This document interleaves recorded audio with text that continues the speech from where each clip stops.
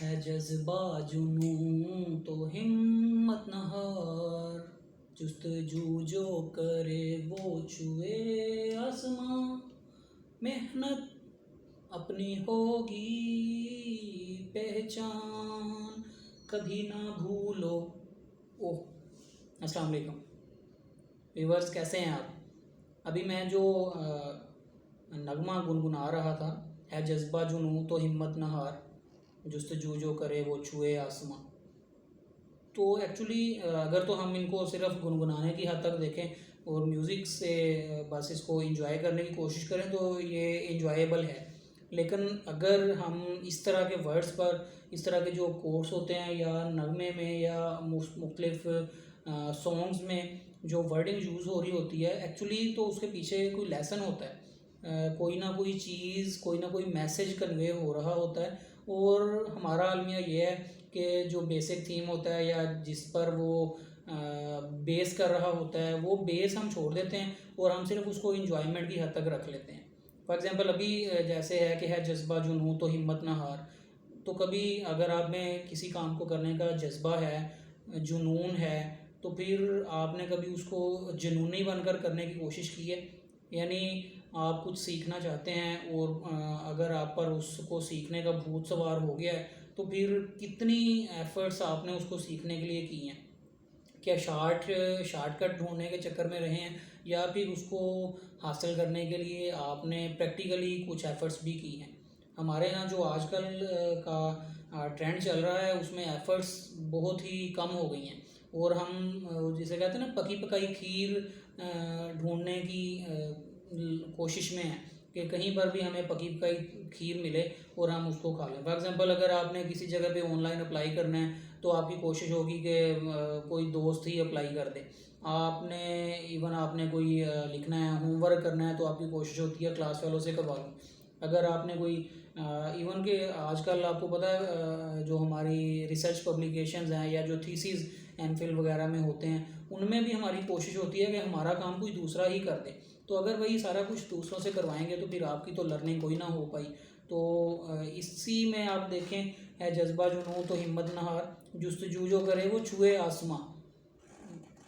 अगर जुस्तजू करेंगे तो आसमान छू सकते हैं, यानी मेहनत अगर आप करते हैं तो जिस लेवल पर पहुंचना चाहें उस लेवल पर पहुंच सकते हैं। इसमें कोई दो राय ही नहीं है कि मेहनत कभी रायगा जाती ही नहीं है।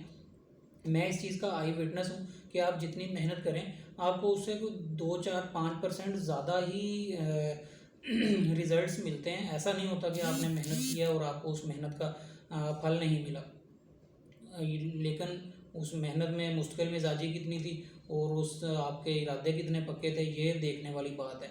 वो बेशक आपकी एजुकेशन है, बेशक आपका प्रोफेशनल करियर है, बेशक आपकी सोशल लाइफ है, जहाँ पर आपने जितनी एफ़र्ट्स की हैं उसके अकॉर्डिंग ही आपने आउटकम्स हासिल किए हैं। लेकिन हम जो अनफॉर्चुनेटली जो शॉर्टकट्स के चक्कर में पड़ गए हैं, इन शॉर्टकट्स के चक्कर ने हमें हमारा बहुत ज़्यादा नुकसान किया है। अब देखें, आजकल इतनी ज़्यादा ऑनलाइन वेबसाइट्स बन गई हैं, ऑनलाइन अर्निंग का जो धोखा देते हैं और हमारे जो भोले भाले हजरात हैं वो इन ऑनलाइन अर्निंग के वेबसाइट्स के धोखे में आके अपने हज़ारों क्या लाखों रुपीस झोंक देते हैं और फिर उनको गंवा बैठते हैं और फिर बाद में सर पकड़ कर बैठे होते हैं कि ये क्या हो गया मुझसे।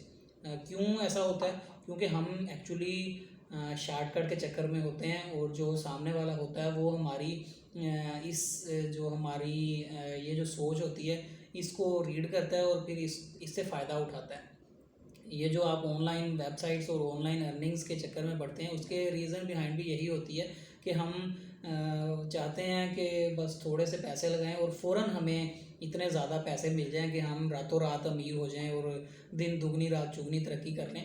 तो क्या मेरी बात सुने ना, क्या अक्ल गवारा करती है ऐसे कि आप 10,000 रुपया लगाएंगे और आपको महीने बाद बगैर कुछ किए लाख रुपया मिल जाएगा? हकीकत में वापस ऐसा पॉसिबल नहीं है कि आप 10,000 रुपया लगाएंगे और आपको महीने बाद लाख रुपया मिल जाएगा। वो पंजाबी की एक मिसाल है कि ਜਦੋਂ तक लालची है ना, ठग भुखे नहीं मरते। तो यही एग्जांपल हमारे स्पेशली पाकिस्तान में बड़ी ही फिट हो रही है।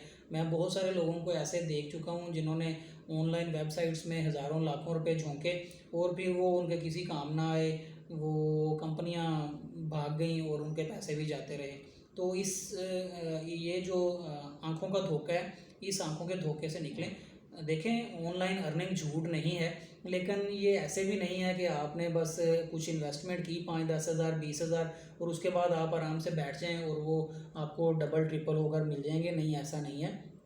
ऑनलाइन अर्निंग मौजूद है और बहुत सारे लोग अच्छी अच्छी अर्निंग्स कर रहे हैं, लेकिन उसके पीछे बड़ी एफर्ट्स हैं, मेहनत है। ये एक जिसे आप कह सकते हैं ना, एक मुकम्मल जॉब है जिसमें आपको 6-8 घंटे उस काम को देना पड़ते हैं। आप फ्रीलांसर हैं, आप यूट्यूबर हैं, आप टिकटॉकर हैं, आप कोई भी हैं, तो इनसे पूछ के देखें। ये बाकायदा एफर्ट्स हैं उनकी, बाकायदा मेहनत करना पड़ती है, उसके बाद अर्निंग्स हो पाती हैं।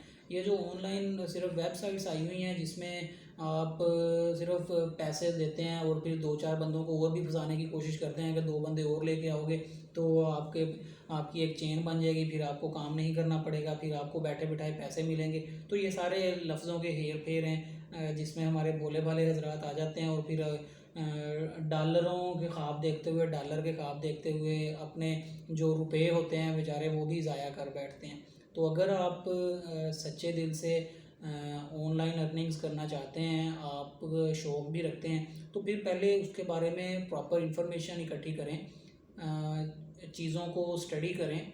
ऑनलाइन अर्निंग्स के जो वेज़ हैं उनको देखें कि कौन से ऐसे तरीक़ाकार हैं जिनसे लोग ऑनलाइन अर्निंग कर रहे हैं। जो ऑनलाइन अर्निंग में सक्सेस स्टोरीज़ हैं उनको देखें, उनके साथ डिस्कस करें चीज़ों को, उनसे असिस्टेंस लें। उसके बाद देखें कि कौन सी ऐसी ऑथेंटिक वेज़ मौजूद हैं जिनके थ्रू आप ऑनलाइन अर्निंग कर सकते हैं। ये आज के दौर में बहुत ही ज़बरदस्त तरीका है। आप इसको पार्ट टाइम भी यूज़ कर सकते हैं, आप इसको फुल टाइम भी यूज़ कर सकते हैं। मैं बहुत सारे ऐसे लोगों को जानता हूँ जिन्होंने जॉब छोड़कर ऑनलाइन अर्निंग स्टार्ट कर दी, लेकिन उनका ऑनलाइन, मैं फिर वही बात कर रहा हूँ कि उनका ऑनलाइन अर्निंग का तरीक़ाकार वो नहीं था जो हमारी आजकल की यूथ ने स्टार्ट किया हुआ है। और फिर अपने पॉकेट मनी इकट्ठी करके या फिर वालिदैन से पैसे लेके उसको वो झोंक देते हैं अंधेरे में और उसमें से फिर कुछ भी नहीं मिल पाता। तो चीज़ों को स्टडी करें, मुकम्मल उसके बारे में इंफॉर्मेशन हासिल करें और उसके बाद फिर आप कंटिन्यू करें तो आपको अर्निंग भी होगी। हमारा एक्चुअली जो सबसे बड़ा जो है ना अलमिया है या प्रॉब्लम है वो ये है कि हम रिसर्च ओरिएंटेड नहीं है, रिसर्च नहीं करते। हम सुनी सुनाई बातों पर यकीन करने का बड़ा हम में है कि एक बात हमने सुनी है, वो स्पेशली इस तरह की जिसमें इस तरह का लालच दिया जाए तो हम उसको तो फ़ौरन ही पिक कर लेते हैं बगैर किसी तहकीक के। तो तहकीक और गौर व फ़िक्र का तो हमें हमारा दीन भी कहता है कि बग़ैर गौर व फ़िक्र के कोई काम ना करो। तो जब आप कोई बात सुनते हैं तो उसकी तहकीक कर लें, पहले उसको सोच समझ लें। इवन मैं आपको एग्जांपल देता हूँ कि फॉर एग्जांपल कोई आपके पास सोशल मीडिया पर इंफॉर्मेशन आती है। फॉर एग्जांपल हमारी जो है ना एक सोशल मीडिया पर एक लग जाता है जी कि आज फ़लाँ स्कूल में छुट्टी है और वो फ़ौरन ही हम उसको एक्सेप्ट करते हैं और उसको शेयर करना शुरू कर देते हैं। क्या हमने उस स्कूल की वेबसाइट से या उस स्कूल के ऑफिशियल नंबर से फ़ोन करके कंफर्म करने की कोशिश की कि वाकई ऐसा है या नहीं है? हम किसी बंदे के बारे में सोशल मीडिया पर कोई ऐसी नेगेटिव जो कंपेन उसके कोई मुखालफिन चला रहे हों, अगर हम वो देखते हैं तो हम फ़ौरन ही उस पर यकीन कर लेते हैं। क्या हमने उस बंदे से या उसके जो पर्सनल कॉन्टैक्ट्स हैं, क्या उनसे कुछ वेरीफाई करने की कोशिश की कि ऐसी कोई बात है भी या नहीं है जो सोशल मीडिया पर दिखाई जा रही है?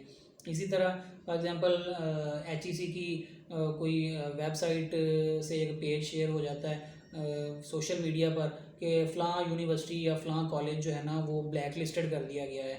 तो क्या आपने उस इंफॉर्मेशन को HEC की ऑफिशियल वेबसाइट से ऑथेंटिकेट करने की कोशिश की, या फिर आपने जो इन्फॉर्मेशन आपको सोशल मीडिया पर नज़र आई उसको एज़ इट इज़ आपने आगे फैला दिया और वो जो झूठ का एक फितना फैल रहा था उसमें आप भी गुनाहगार हो गए, आप भी शामिल हो गए। तो चीज़ों की पहले तहकीक करें, उनको वेरीफाई कर लें, उसके बाद आप बिल्कुल प्रोसीड करें। मैं ऑनलाइन अर्निंग्स का मुखालिफ नहीं हूँ, लेकिन मैं चाहता हूँ कि धोखे से बचें। इसी तरह हमारे जो भोले भाले हजरात बाहर के ममालिक में जॉब करने के लिए जाना चाहते हैं और हमारे यहाँ पर जो एजेंट्स मौजूद हैं, कुछ बहुत सारे एजेंट्स हैं जो सिंसेयर्ड हैं और बहुत सारी लेबर को बाहर भेज भी चुके हैं और वो अपना बाइज़्ज़त रोज़गार कमा रहे हैं। लेकिन हमारे बहुत से भोले लोग ऐसे भी हैं जो अपना लाखों रुपया उधार लेकर अपने घर वालों के जेवर बेचकर उजाड़ चुके हैं और कुछ हासिल नहीं कर पाए, धोखा खा के अब फिर बैठे हुए हैं। मुझे तो किसी ने ये बात भी सुनाई कि एक एजेंट ने कुछ लोगों से पैसे लिए कि मैं तुम्हें कनाडा लेकर जाता हूँ, और फिर उन्हें इस्लामाबाद लेकर गया। इस्लामाबाद में एक खाली जहाज़ में उन्हें बिठा दिया और बिठा के खुद फ़रार हो गया। और जब वो आधे पौने घंटे बाद जहाज़ में से निकले हैं तो पता चला वो तो वहाँ के वहाँ ही हैं जहाँ पे चढ़े थे।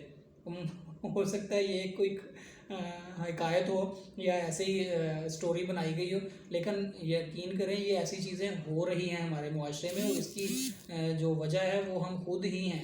क्योंकि बस जो रीज़न बिहाइंड वो यही है कि तहकीक हम नहीं करते, गौर व फिक्र हम नहीं करते, जल्दबाज हम बहुत ज़्यादा हैं, शॉर्टकट के चक्कर में हमेशा रहते हैं, और ये जो शॉर्टकट है वही हमारे लिए नुकसानदेह साबित होता है। तो अगेन रिक्वेस्ट करूँगा आपसे कि ये जो शॉर्टकट के चक्कर में पड़े हुए हैं हम इससे निकलना है। रिसर्च करें, चीज़ों को वेरीफाई करें, इन्वेस्टिगेट करें, उसके बाद प्रोसीड करें। ऑनलाइन अर्निंग बहुत से लोग कर रहे हैं, आप भी कर सकते हैं, लेकिन प्लीज़ धोखा ना खाएं। चीज़ों को पहले कंफर्म कर लें, उसके बाद प्रोसीड करें। अगर कोई बात बुरी लगी हो तो लगी रहे, मैं तो आपके फ़ायदे के लिए बात कर रहा हूँ। अगर आप इसमें से किसी बात को जहन नशीन कर लेंगे तो आपके लिए फ़ायदा होगा। अगर आप चाहते हैं कि जैसे मैं धोखा मिल रहा है वैसे ही मैंने धोखे खाने हैं, तो wish you good luck. Thank you.